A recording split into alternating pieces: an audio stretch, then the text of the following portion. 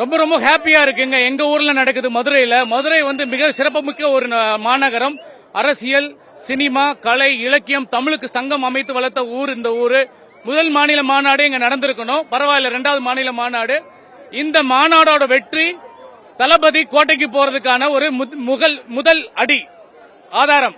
கடந்த மாநாடுல வந்து எங்களுக்கு ஒண்ணுமே தெரியாம ஒரு மிகப்பெரிய சக்சஸ் உருவாக்கணும். இப்போ நாங்க எல்லாமே ஒரு இன்ஃப்ராஸ்ட்ரக்சரோட அழகா கட்டமைச்சு வரக்கூடியவங்களுக்கு எந்த ஒரு கஷ்டம் இல்லாம சூப்பரா செஞ்சிருக்கோம்.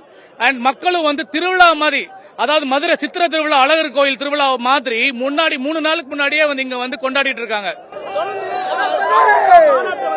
பல்வேறு அரசியல் கட்சிகள் விமர்சனம் பண்ணிட்டு இருக்காங்க. சீமான் உட்பட வந்து விமர்சனங்களுக்கு வந்து தாவேகா மாநாடு வந்து ஆளாயிட்டு இருக்குது.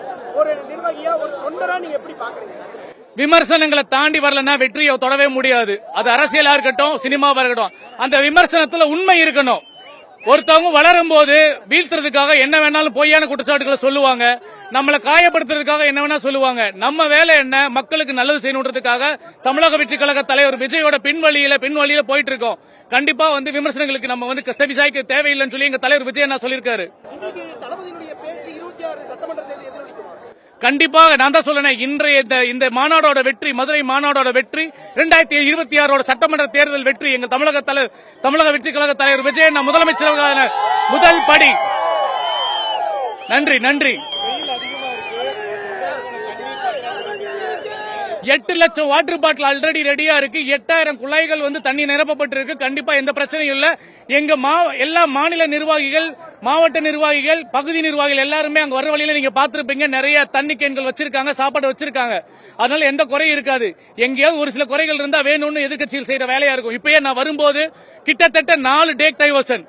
நான் வந்து என் ஹோட்டல் இருந்து வர்றதுக்கு 13 கிலோமீட்டர், நான் சுத்தி வந்து 43 கிலோமீட்டர். அப்ப பாத்துக்கோங்க, அந்த மாதிரி என்ன வேணா சொல்லுவாங்க.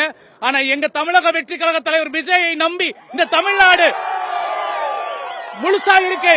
ஒரு மாற்றத்தை எதிர்நோக்கி இந்த தமிழ்நாடு மக்கள் எங்கள் அண்ணன் தளபதியை வந்து முடிவு பண்ணிட்டாங்க. 2026 நீங்க பார்க்க போறீங்க. இருக்கட்டுங்க, நிறைய நெருக்கடி. பேனரை கிளிக்கிறாங்க, வழியை மறைக்கிறாங்க, எல்லா நெருக்கடியும் பண்றாங்க. அவங்களால முடிஞ்ச அளவுக்கு செய்யறாங்க. செய்யட்டு எல்லாமே எங்களுக்கு சாதகமாக தான் அமையும். எங்கள் தலைவர் தளபதி அவர்களுக்கு சாதகமாக தான் அமையும். கண்டிப்பா வெற்றி நிச்சயம்.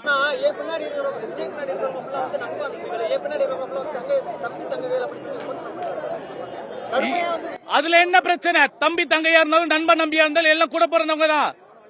நண்பன் நம்பின்றதோட தம்பி தங்கையோட இன்னும் அதிகமான பாசம் இல்லையா?